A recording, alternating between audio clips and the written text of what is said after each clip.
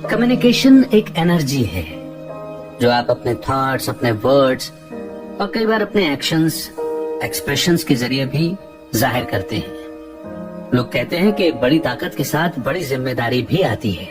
अगर आपके जिंदगी को लेकर बड़े सपने हैं तो आपको उसके लिए जिम्मेदारी भी लेनी होगी, और वो जिम्मेदारी खुद की और अपने शब्दों की है। शायद आपको नहीं पता होगा, लेकिन सही शब्दों के इस्तेमाल का आपकी जिंदगी पर बहुत असर पड़ सकता है। क्योंकि कहा जाता है ना कि इंसान एक दुकान है और जुबान उसका ताला। ताला खुलता है तो पता चलता है कि दुकान में कौन सा माल भरा पड़ा है। आज की बुक समरी है the science of effective communication, जिसे लिखा है इयान टोवस्की ने। आज की ये बुक समरी आपको एक अच्छा कम्युनिकेटर बनना सिखाएगी। आप अपने शब्दों के जरिए लोगों को इन्फ्लुएंस करने के कई तरीके सीखेंगे, और आप देखेंगे कि आप खुद को और अपने आसपास के लोगों के साथ कैसे अपने रिश्ते को बेहतर बना पाते हैं। इस बुक के ऑथर इयान टोवस्की, जिन्होंने meditation, psychology, time management, emotional intelligence और कम्युनिकेशन स्किल्स के बारे में कई किताबें लिखी हैं। वो एक एंटरप्रेन्योर और यूरोप में बहुत सी कंपनियों के लिए ह्यूमन रिसोर्स कंसल्टेंट भी रहे हैं। इयान का माइंडफुलनेस फॉर सक्सेस नाम का एक ब्लॉग है, जहां वो खुद का बेस्ट वर्जन कैसे बने और ऑसम लाइफ कैसे जिए, इसके बारे में अपने ग्रेट आइडियाज शेयर करते हैं। तो आइए फिर बिना देर के शुरू करते हैं आज की book summary, the science of effective communication by Ian Tuhovsky. क्या आपको कभी ये महसूस हुआ है कि आप जो कहना चाहते हैं वो कह नहीं पा रहे हैं? जब चीजें आपके हिसाब से नहीं होती तो आपको बुरा लगता है। तो हो सकता है कि आपको अपने कम्युनिकेशन स्किल्स को बेहतर करने की जरूरत हो। अच्छा कम्युनिकेशन एक बहुत ही जरूरी स्किल है। इसके बिना आप कभी भी जिंदगी में आगे नहीं बढ़ सकते। इस समरी से आप लोगों से स्किलफुल तरीके से बातें करना सीखेंगे। आप देखेंगे कि इफेक्टिव कम्युनिकेशन क्यों जरूरी है। अच्छे कम्युनिकेटर्स जिंदगी से वो सभी कुछ पा सकते हैं जो वो चाहते हैं, चाहे वो उनके पसंद की जॉब हो, अच्छे ग्रेड्स हो, रोमांटिक पार्टनर हो, वो सब कुछ पा सकते हैं। बहुत अच्छे कम्युनिकेशन स्किल से दोस्त बनाना भी आसान होता है। इस समरी से आप इफेक्टिव कम्युनिकेशन के बेसिक प्रिंसिपल सीखेंगे। कम्युनिकेशन के दौरान ध्यान से सुनना सबसे ज्यादा जरूरी होता है। आप सुनने के कई तरीके सीखेंगे, और आप ये भी समझेंगे कि दूसरों के जजमेंट के बारे में चिंता करना कैसे बंद करना है। आप ये भी सीखेंगे कि बातचीत के दौरान नेगेटिव होने से खुद को कैसे रोकना है। आपके नेगेटिव होने से कोई भी आपसे दूर जा सकता है। आप अपनी बातों से बिना दूसरों को ठेस पहुंचाए अपना पॉइंट ऑफ व्यू शेयर करना भी सीखेंगे। आप लोगों की तारीफ करना सीखेंगे, और दूसरों द्वारा किए गए अपमान या बुरे कमेंट से कैसे डील करना है ये भी सीखेंगे। और आखिर में आप ऐसे लोगों से आसानी से कम्युनिकेट करने के तरीके सीखेंगे जो सुन नहीं सकते। ये समरी आपको खुद को बेहतर बनाने में मदद करेगी। तो आइए इस स्किलफुल लर्निंग जर्नी की शुरुआत करते हैं इस पहले चैप्टर से, listening the most fundamental of all conversation skill. अच्छी बातचीत का बेसिक प्रिंसिपल होता है ध्यान से सुनना, लेकिन ज्यादातर लोगों के लिए बातचीत का मतलब होता है खुद बोलते जाना। दूसरे क्या कह रहे हैं वो उस पर ध्यान ही नहीं देते। इस वजह से लोग जो सुनते हैं उसका सिर्फ 25% ही याद रख पाते हैं। आपको शायद पता नहीं होगा कि बातचीत के दौरान ध्यान से सुनना इतना जरूरी क्यों है। जब आप कोई बातचीत शुरू करते हैं तब आप कुछ सीखते हैं। अलग अलग लोगों से इंटरेक्ट करके आप अपने नॉलेज को बढ़ाते हैं। इसलिए आप जिस इंसान से बातचीत कर रहे हैं उससे कुछ सीखने को मिलेगा, ये सोचकर उसे मेंटर के रूप में देखिए और उन्हें सुनना शुरू कीजिए।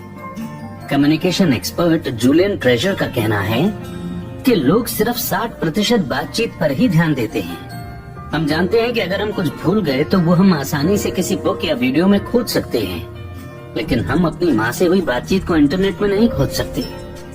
उसके लिए हमें उस बातचीत में ध्यान देकर सुनना होगा। अच्छे से सुनने के लिए आपको इसके अलग अलग टाइप के बारे में पता होना चाहिए। उन्हें लिसनिंग अप्रोच कहा जाता है। ये बात करते समय आपकी पोजीशन के ऊपर डिपेंड करता है। पहला अप्रोच है क्रिटिकल लिसनिंग। ये तब होता है जब आप किसी बातचीत में फैक्ट्स को एनालाइज कर रहे होते हैं। जैसे आपका दोस्त आपको उसके नए फोन के बारे में बता रहा है, वो आपको बता रहा है कि इसकी स्क्रीन कितनी बड़ी है, प्रोसेसर कितना फास्ट काम करता है और इसके अंदर कितना डेटा स्टोर किया जा सकता है। जब आप उसे सुनते हैं तो आप उसकी बात को वेरीफाई करने की कोशिश करते हैं। आप सोच रहे होते हैं कि क्या उसका फोन सच में मार्केट के दूसरे फोन से बेहतर है। दूसरा है एम्पैथेटिक लिसनिंग। इसमें आप दूसरों को उनकी फीलिंग एक्सप्रेस करने में मदद करने के लिए सुन रहे होते हैं। जैसे आपकी दोस्त आपको बता रही है कि वो अपने बॉयफ्रेंड से ब्रेकअप के बाद कितनी दुखी है। आपकी पोजीशन इस सिचुएशन में आपकी दोस्त की जरूरत के हिसाब से होनी चाहिए। तीसरी अप्रोच है रिडक्टिव लिसनिंग। जैसे एक सर्जिकल नर्स हेड सर्जन के कमांड को फॉलो करती है, इस सिचुएशन में उसे उनके शब्दों को जल्दी सुनकर समझना होता है, तो उसे फैक्ट्स पर फोकस करके उसके ऊपर जल्दी से काम करना होता है।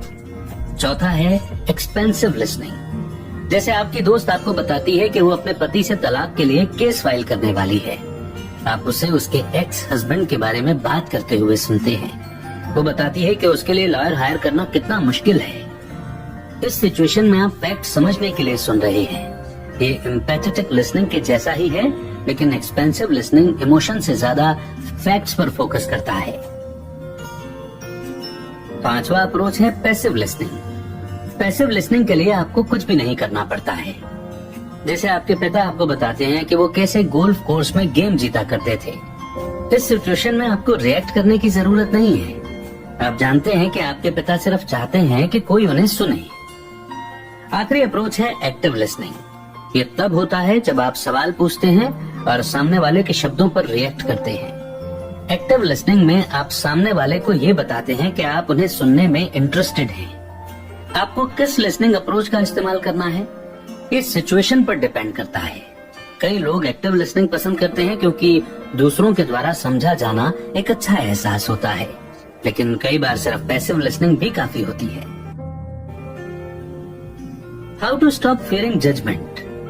कुछ लोग बात करते समय सिर्फ सही शब्द चुनने में ही स्ट्रगल नहीं करते, बल्कि उन्हें इस बात का भी बहुत ज्यादा डर होता है कि उन्हें जज किया जाएगा। वो सोशल एंजाइटी डिसऑर्डर या SAD से जूझ रहे होते हैं। SAD पैनिक अटैक का कारण बन सकता है और एक इंसान को सोशली अलग थलग कर सकता है। हालांकि सभी लोगों को SAD टेंडेंसी नहीं होती, लेकिन हम सभी इस बात की चिंता करते हैं कि लोग हमारे बारे में क्या सोचते हैं। ये सच है कि लोग आपको जज करेंगे, आपके लुक्स या बिहेवियर को लेकर आपके बारे में ओपिनियन बनाएंगे, लेकिन आप हर समय कोई और इंसान बनने का दिखावा नहीं कर सकते। ऐसा करने से जिंदगी में कभी न कभी आप थक जाएंगे। आप हर किसी को खुश नहीं कर सकते, इसलिए सबसे अच्छा यही है कि आप खुद को एक्सेप्ट कर लें। खुद को एक्सेप्ट करने के लिए सबसे पहला स्टेप है अपना सेल्फ कॉन्फिडेंस बनाना। जब आप कॉन्फिडेंट होते हैं तब लोग क्या कह रहे हैं आप उसकी परवाह नहीं करते।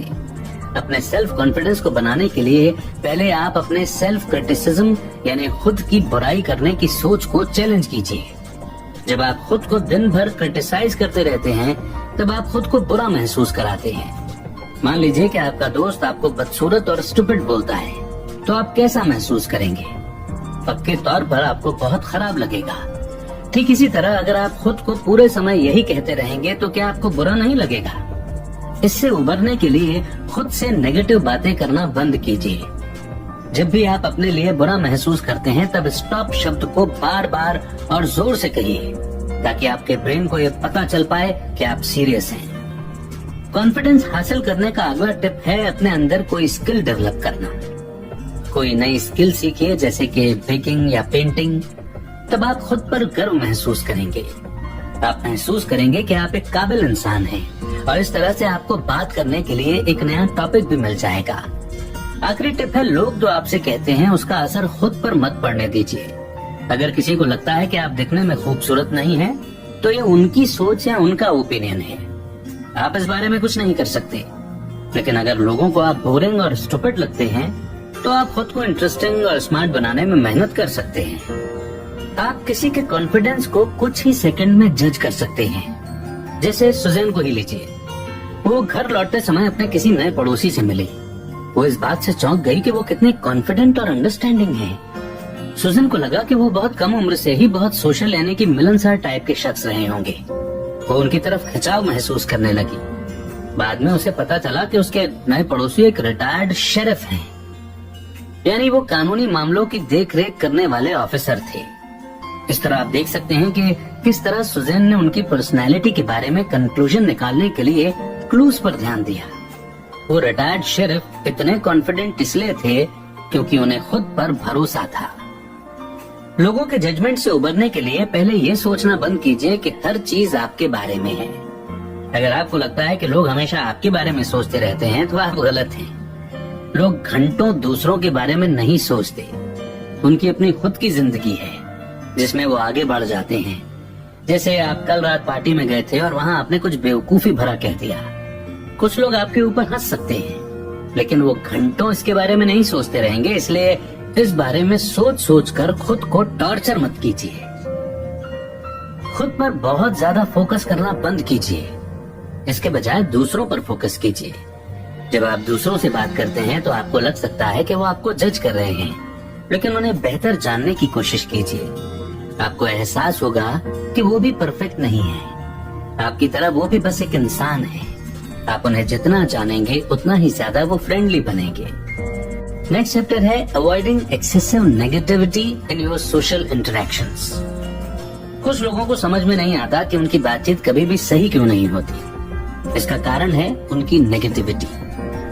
नेगेटिविटी किसी भी कन्वर्सेशन यानी बातचीत में घुसकर उसे खराब कर सकती है। जब आप शिकायत करते हैं या रोना रोते हैं, आप दूसरों को बुरा महसूस कराते हैं।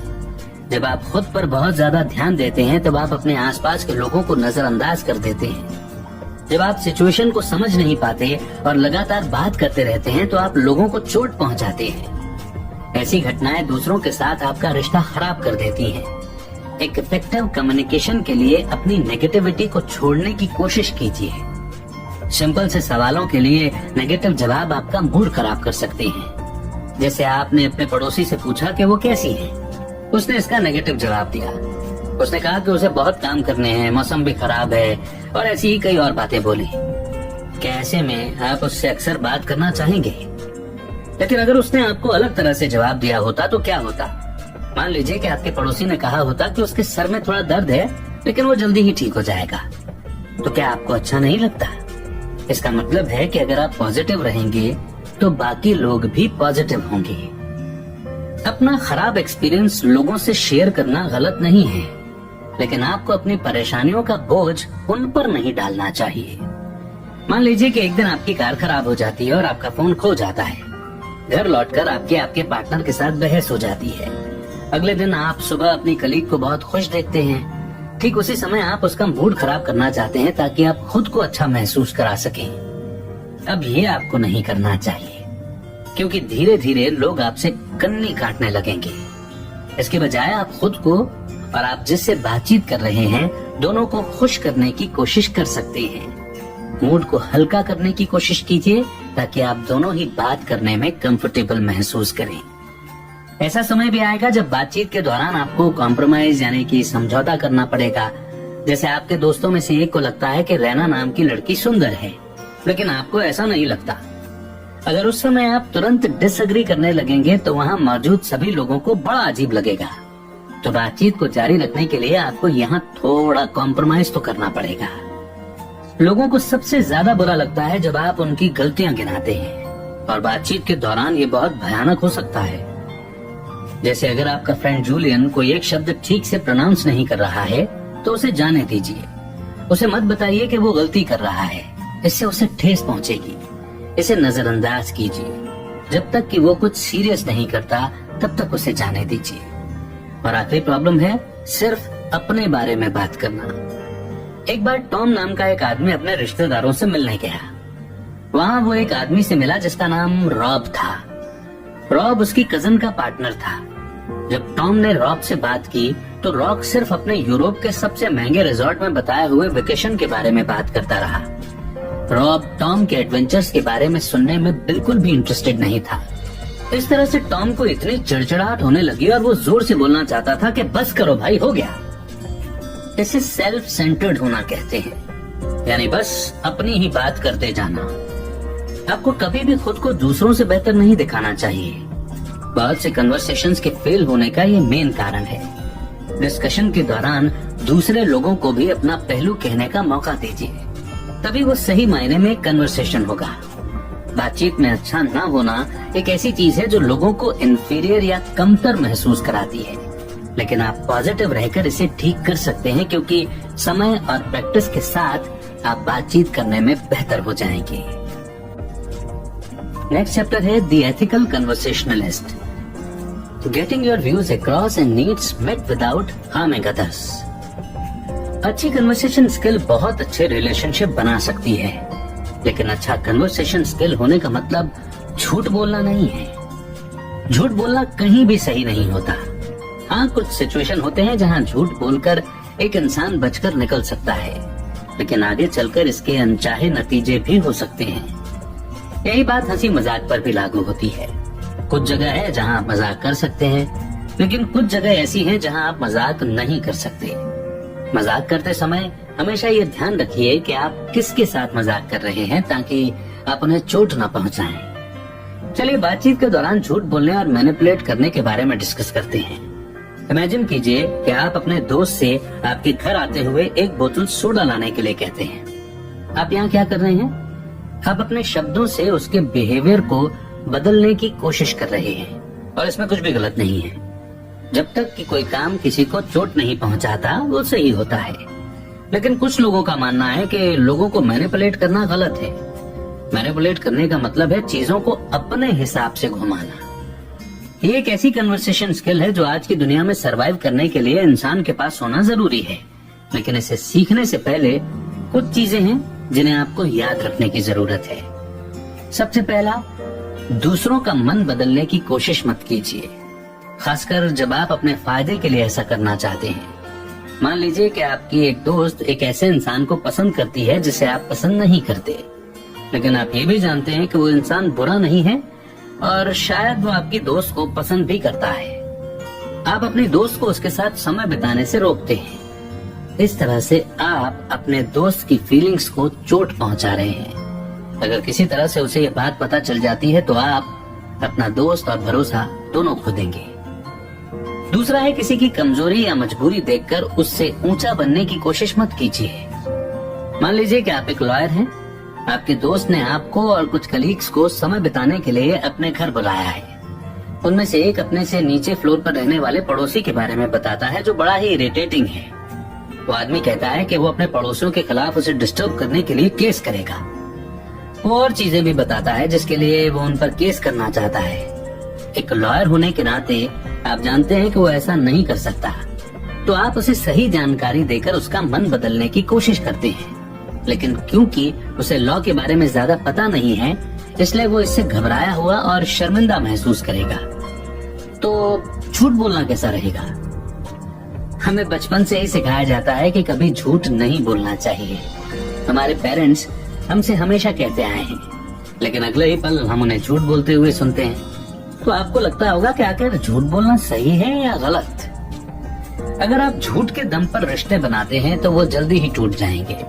साथ ही आप किसी से झूठ बोलते हैं तो आप उसे धोखा दे रहे होते हैं। आगे चलकर वो आपके झूठ के कारण गलत फैसले ले सकते हैं। झूठ बोलना गलत है और ये कभी भी सही नहीं हो सकता, लेकिन कई बार कुछ सिचुएशंस में आप झूठ बोलकर बच सकते हैं। जैसे जब आपका दोस्त आपसे पूछता है कि क्या आपको उसकी नई हैट पसंद आई या नहीं, तो आप अपने दोस्त को बुरा महसूस नहीं कराना चाहते और इसीलिए ऐसे समय में झूठ बोलने में कोई बुराई नहीं है। लेकिन जब सीरियस चीजों की बात आती है तो आपको सच बोलना चाहिए। मान लीजिए कि आप अपने दोस्त को कहते हैं कि वो इंजीनियरिंग में अच्छी है। वो इस पर यकीन कर लेती है और इंजीनियरिंग के एग्जाम की तैयारी करने लगती है, लेकिन वो बहुत कम नंबर लाती है और फेल हो जाती है। अब यहाँ अपने दोस्त से सच बोलना ज्यादा अच्छा है, भले ही उसे चोट क्यों ना पहुंचे। तो इस इम्पोर्टेंट पॉइंट को समझने के बाद बढ़ते हैं आगे नेक्स्ट चैप्टर की ओर, द आर्ट ऑफ कॉम्प्लीमेंट। तारीफ करना किसी के दिल को जीतने का एक असरदार तरीका है। जब आप किसी की तारीफ करते हैं तो उन्हें लगता है कि आप उनकी केयर करते हैं, बदले में वो आप पर ध्यान देने लगते हैं। लेकिन आपको ये भी पता होना चाहिए कि तारीफ मिलने पर आपको रिस्पॉन्ड कैसे करना है। इसके लिए आप बस उन्हें दिल से धन्यवाद दे सकते हैं। ऐसा करना लोगों को ये बताएगा कि आप उनकी ओपिनियन को मानते हैं। तारीफ करना बहुत आसान है। आपको बस उस इंसान के पास जाना है और अपने दिल की बात उससे कहनी है। लेकिन क्या आपको ऐसा लगता है कि वो आपका यकीन करेंगे या नहीं? और तारीफें आखिर कब असरदार होती हैं? तारीफें तब असरदार होती हैं जब वो ईमानदारी और दिल से की जाएं। जैसे जब आपका दोस्त आपको होमवर्क के बारे में बताता है तो आप उसकी तारीफ करते हैं कि वो बहुत ही स्मार्ट है। उन्होंने बस आपको होमवर्क के बारे में बताया था, आपका होमवर्क नहीं किया था। तो ऐसे में लग सकता है कि आप उसे मैनिपुलेट करने की कोशिश कर रहे हैं। अगली चीज है कि तारीफ हमेशा सही समय पर की जानी चाहिए। जैसे आप अपने दोस्त के म्यूजिकल कॉन्सर्ट में गए, आपने उसे दूसरे दिन कहा कि उसने बहुत अच्छा परफॉर्म किया। ये उसकी तारीफ करने का सही समय नहीं है। आपको उसकी तारीफ परफॉर्मेंस के तुरंत बाद करनी चाहिए थी। तारीफों को स्पेसिफिक भी होना चाहिए। अगर आप किसी को सिर्फ ये कहते हैं कि वो अच्छे हैं, स्मार्ट हैं या दयालु हैं, ये साफ साफ तारीफ नहीं है। उन्हें बताइए कि वो किस में अच्छे हैं। उन्हें वो अच्छी चीजें बताइए जो उन्होंने की हैं। कभी भी सिर्फ खुद को अच्छा दिखाने के लिए तारीफ मत कीजिए। जब आप मन से तारीफ करते हैं तो आपको अच्छा महसूस होता है। रिसर्च से ये भी पता चला है कि जिन लोगों की आप तारीफ करते हैं वो आपकी तरफ दयालु होते हैं। लेकिन आपको अपनी रेपुटेशन ऐसे इंसान की तरह नहीं बनानी चाहिए जो हर समय तारीफ करता हो। ऐसा करना आपको बनावटी और दिखावेबाज के रूप में दिखाएगा। ऐसे इंसान बनिए जो सिर्फ उन लोगों की तारीफ करता है जो सच में उस तारीफ के लायक होते हैं। ऐसी कुछ चीजें हैं जो लोगों की तारीफ करते हुए आपको ध्यान में रखनी चाहिए। पहली टिप है, अपनी सोच किसी और के जरिए लोगों तक पहुंचाइए। जिम बेकी की तारीफ करना चाहता था। वो उसे बताना चाहता था कि कल उसने प्रेजेंटेशन में बहुत अच्छा किया। तो जिम ने जिल से बातचीत के दौरान बेकी की तारीफ की। हालांकि जिल ज्यादातर बातचीत भूल गई थी, लेकिन उसने बेकी को इस बारे में बताया और जिम की तारीफ उस तक पहुंचा दी। जिस इंसान की तारीफ की जा रही है उसे पता है कि ये तारीफ सच्ची है, क्योंकि उसे ये बात किसी और से सुनने को मिली। बेकी को ये जानकर अच्छा लगा कि जिम ने किसी और के सामने उसकी तारीफ की। दूसरी टिप है इनडायरेक्टली तारीफ करना। ये कहने के बजाय कि आप इसमें बहुत अच्छे हैं, आप कह सकते हैं कि मैं इस बुक को समझ नहीं पा रहा हूँ, लेकिन मुझे लगता है कि आप समझ पाएंगे, तो क्या आप इसे समझने में मेरी मदद करेंगे? जब इस तरीके से आप किसी की तारीफ करेंगे तो वो शर्मिंदा नहीं होंगे और तारीफ को एक्सेप्ट कर लेंगे। आखिरी टिप है, आखिर में कुछ सवालों को जोड़ दें। टेड ने केन से कहा, हे केन, तुम बहुत अच्छी ड्राइंग करते हो, तुमने ये कहाँ से सीखा? टेड ने तारीफ के आखिर में एक सवाल जोड़ दिया था। ऐसा करके उसने बातचीत को आगे बढ़ाने का मौका दिया।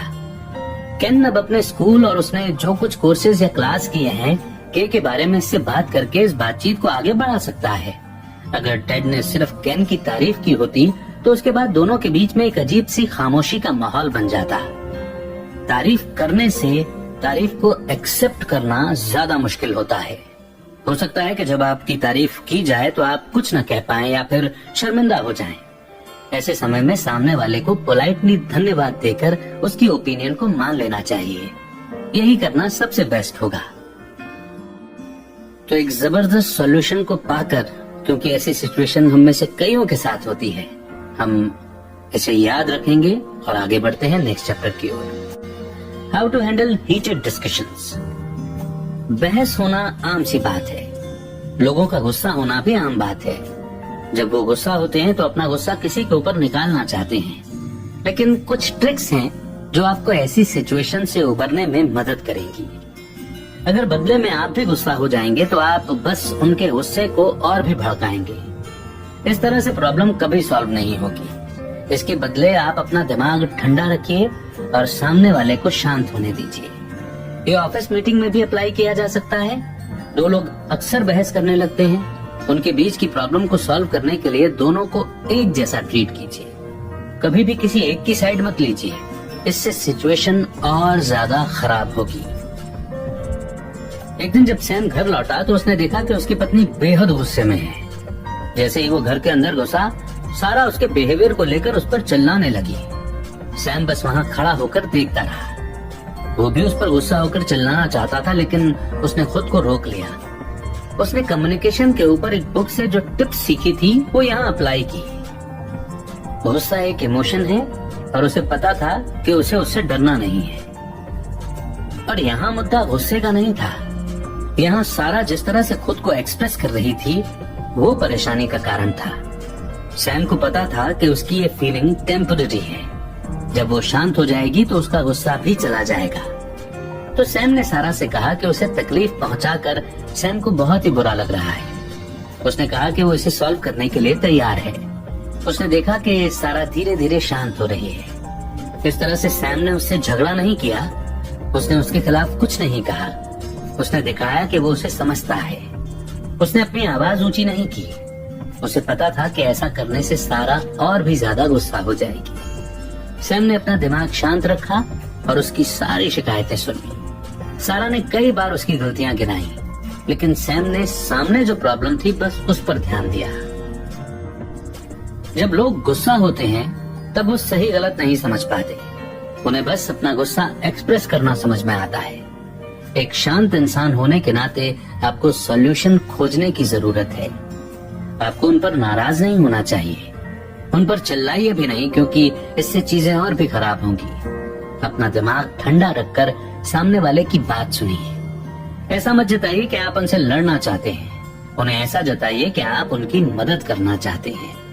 कभी भी अपनी आवाज ऊंची मत कीजिए, नहीं तो उन्हें ऐसा लगेगा जैसे आप उनसे लड़ना चाहते हैं। अगर सामने वाला पुरानी बातें भी उखाड़ता है तो उसे नजरअंदाज कीजिए। इसे स्टॉक पिलिंग कहते हैं। लोग ऐसा आपको चोट पहुंचाने या असली मुद्दे से ध्यान भटकाने के लिए करते हैं। इस झांसे में मत आइए, सिर्फ अभी में फोकस कीजिए। कुछ समय बाद वो इंसान खुद थक जाएगा और शांत हो जाएगा। ऐसा मीटिंग्स में भी होता है। दो अलग पार्टी मीटिंग के दौरान बहस कर रही थी। इसमें मैनेजर को दखल देना पड़ा। उनकी इस मीटिंग पर पूरी अथॉरिटी थी। वहाँ मौजूद सभी मेंबर्स को वो जानते थे। मैनेजर ने साफ कर दिया कि सबको बोलने दिया जाएगा। उन्होंने दोनों पार्टी से कहा कि उन्हें बोलने के लिए अपनी बारी का इंतजार करना होगा। उन्होंने उन सबको एक ग्रुप में जोड़ने की कोशिश की। मैनेजर ने उनका ध्यान उस प्रॉब्लम पर फोकस करवाया जो अभी सामने थी। उन्होंने सबको ये दिखाया कि वो वहाँ पर क्यों इकट्ठा हुए हैं। उन्होंने उनके डिस्कशन के सभी पॉइंट्स को समराइज करके बताया। इसने दोनों पार्टी को ये दिखाया कि वो क्या करने के लिए यहाँ आए हैं। बीच बीच में वो डिस्कशन को मेन पॉइंट पर वापस लाने के लिए सवाल पूछते थे। इस तरह से मैनेजर ने उस झगड़े को सुलझाया। आप भी अपनी जिंदगी में आने वाले इस तरह के सिचुएशन को सुलझा सकते हैं। अगर कोई आपको टारगेट करता है तो उन्हें ऐसा न करने के लिए कहिए। उनसे सीधे बात कीजिए। उनसे पूछिए कि उन्होंने जो कहा वो क्यों कहा। एटिकेट एक्सपर्ट डैन गॉट्समैन के अनुसार किसी भी रूड रिमार्क पर रिस्पॉन्ड करने का सबसे अच्छा तरीका है सवाल पूछना। इससे वो इंसान अवेयर हो जाएगा और ऐसा करना बंद कर देगा। आप उनसे ये भी पूछ सकते हैं कि वो आपके बारे में ऐसा क्यों सोचते हैं। ऐसी सिचुएशन में शांत रहना उन्हें ऐसा करते रहने के लिए बढ़ावा देता है। अगर आप इंसल्ट का जवाब नहीं देंगे तो लोग आपको कमजोर समझेंगे। उन्हें बताइए कि अगर वो वर्बल अब्यूज जारी रखते हैं तो आप उनके खिलाफ शिकायत दर्ज करा सकते हैं, लेकिन इंसल्ट के बदले उन्हें इंसल्ट मत कीजिए। ऐसा करने से आप उनके लेवल पर गिर जाएंगे। नेशनल कॉन्फ्लिक्ट रेजोल्यूशन के प्रेसिडेंट स्टीव डनकन का कहना है कि छोटी मोटी इंसल्ट को नजरअंदाज करना ठीक है। हो सकता है कि उस इंसान का दिन खराब हो या वो जानबूझकर आपको चोट नहीं पहुंचाना चाहता था, तो इसे जाने दीजिए। कई बार बढ़ती हुई बहस में आपको माफी मांगने वाला पहला इंसान बनना चाहिए।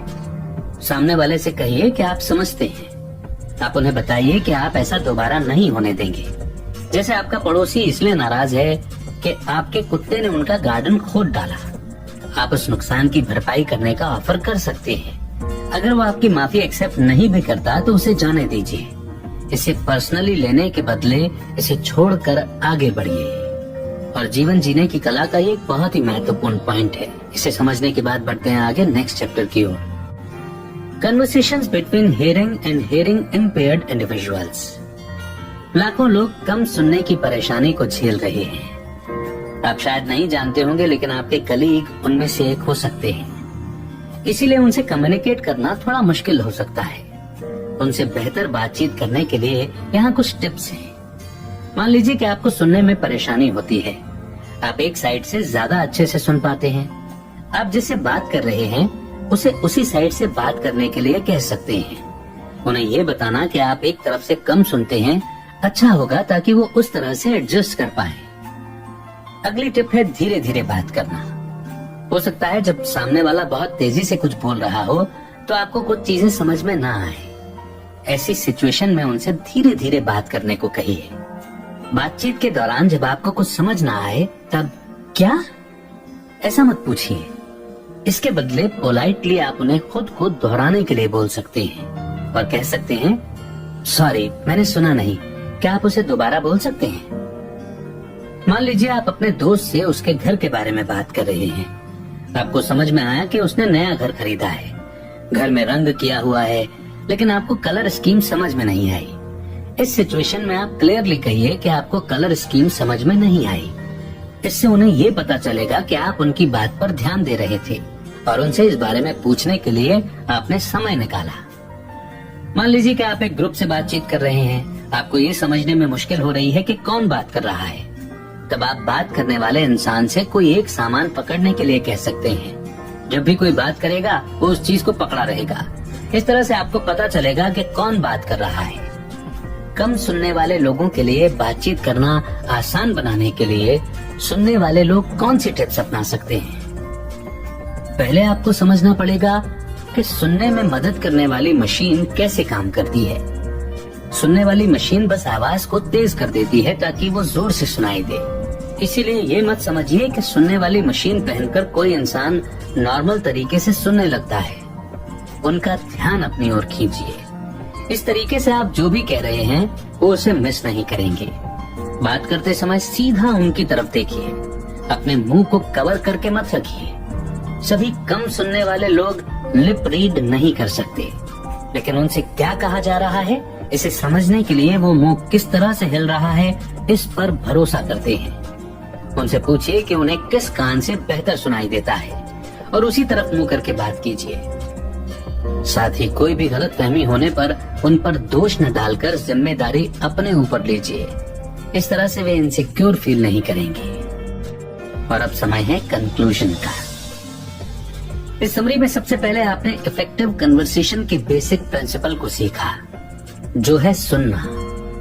हर बातचीत को सीखने के मौके के रूप में देखिए। अगर आप दूसरों को सुनते हैं तो आप अपनी नॉलेज को बढ़ा सकते हैं। दूसरा, आपने सीखा कि कैसे ये सोचना बंद करें कि लोग आपको जज कर रहे हैं। आप जैसे हैं खुद को वैसे ही स्वीकार कीजिए और खुद से नेगेटिव बातें करना बंद कीजिए।